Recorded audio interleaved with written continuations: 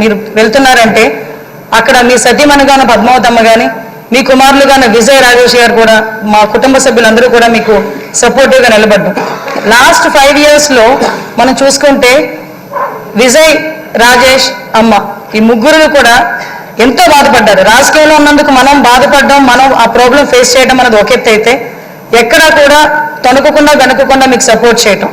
ఆఖరికి ఎంత దారుణం అంటే మనవరాల్ని కూడా ఇంట్రాగేట్ చేశారు పోలీసులు వచ్చి. చిన్న పిల్ల 3 సంవత్సరాల పిల్లని కూడా ఇంట్రాగేట్ చేసి ఆ అమ్మాయిని కూడా భయకంపితులను చేశారు. అటువంటి సిచ్యువేషన్లో కూడా ఎక్కడ కూడా కదలలేదు. ఒక చిన్న 6 అడుగుల దూరం అని చూపించి గోడను కూల్చడానికి వందలాది మంది పోలీసులు మీ ఇంటి చుట్టుపక్కల పెట్టినా సార్ ఎక్కడికైనా వెళ్ళండి జైల్లో పెడితే మళ్ళీ ఇబ్బందులు పడతారేమో అంటే వస్తే అరెస్ట్ చేయని అమ్మా ఏం చేస్తారు మహా అయితే చచ్చేటప్పుడు కూడా అదే జెండాతో చచ్చిపోతాను తప్పించి ఏ రోజు కూడా జెండా మార్చకుండా నేను నిలబడతాను, అది నా రాజకీయ నైజం అని గర్వంగా చెప్పిన వ్యక్తి మా అయ్యన్న పాత్రుడు గారు. అటువంటి వ్యక్తి ఈరోజు సభా స్పీకర్ స్థానంలో ఉండటం నిజంగా మా అదృష్టంగా నేను భావిస్తున్నా. అదేవిధంగా ఈరోజు ఏదైతే ఇందాక మన నాయకులందరూ కూడా చెప్పున్నారు లాస్ట్ 5 సంవత్సరాల్లో పరిస్థితి ఎలా ఉందంటే ఇంకొక విషయం ఇక్కడ చెప్పాలి సార్. ఎందుకంటే ఈరోజు ఒక బీసీ నాయకుడిని, ఒక 40 సంవత్సరాల సుదీర్ఘ అనుభవం రాజకీయ అనుభవం ఉన్న ఒక నాయకుడిని సరైన పొజిషన్లో సరైన మనిషిని సరైన పొజిషన్లో కూర్చోబెట్టేటప్పుడు ప్రతిపక్ష హోదాలో ఉన్నవారు, ప్రతిపక్ష హోదా కూడా కాదు, మినిమం మా పార్టీ ఎమ్మెల్యేలు ఇక్కడికి వచ్చి పార్టీ సభ్యుల కింద మిమ్మల్ని కూర్చోబెట్టడం ఒక సంప్రదాయం. సాంప్రదాయాలకు విలువిచ్చే ఒక పార్టీగా, సాంప్రదాయాలు విలువిచ్చే అధికార పక్షంగా నిన్న కూడా ప్రమాణ స్వీకారాలు చేసేటప్పుడు 11 మందిలో ఒక ఎమ్మెల్యే మాత్రమే జగన్మోహన్ రెడ్డి అన్న వ్యక్తి, అతనికి ప్రతిపక్ష హోదా లేదు.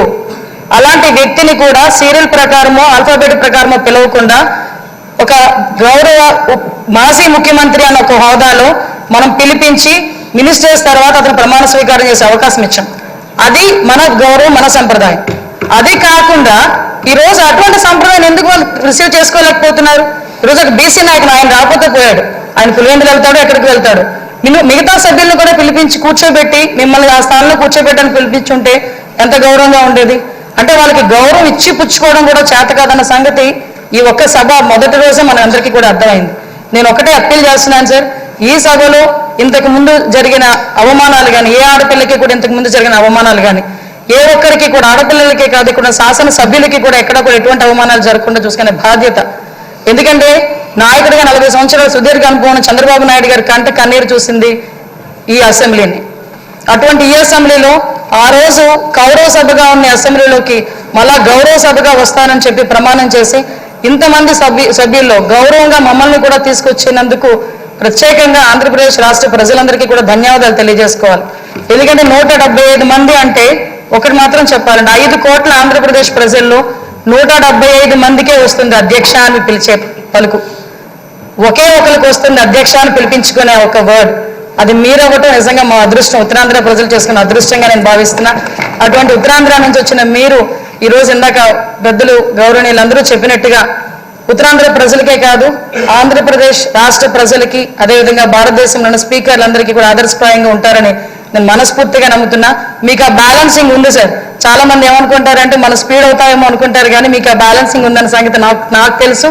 ఎందుకంటే మిమ్మల్ని అతి దగ్గరగా మీ కుటుంబ సభ్యురాలుగా నన్ను ఎప్పుడు కూడా ఒక కూతురుగా చూసుకుంటారు.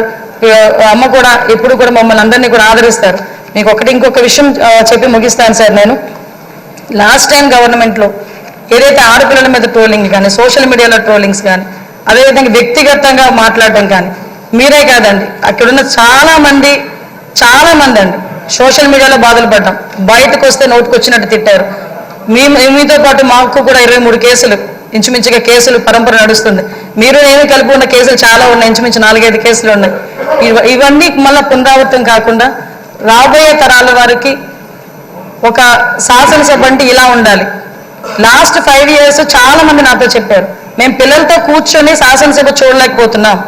ఇంతకుముందు స్కూల్ పిల్లలను తీసుకొచ్చి గ్యాలరీలో కూర్చోబెట్టి శాసనసభ అంటే ఇలా జరుగుతుందని చూపించేవారు. అటువంటి సంప్రదాయం పోయి ఈరోజు టీవీలు ఆఫ్ చేశారు లాస్ట్ 5 years కూడా.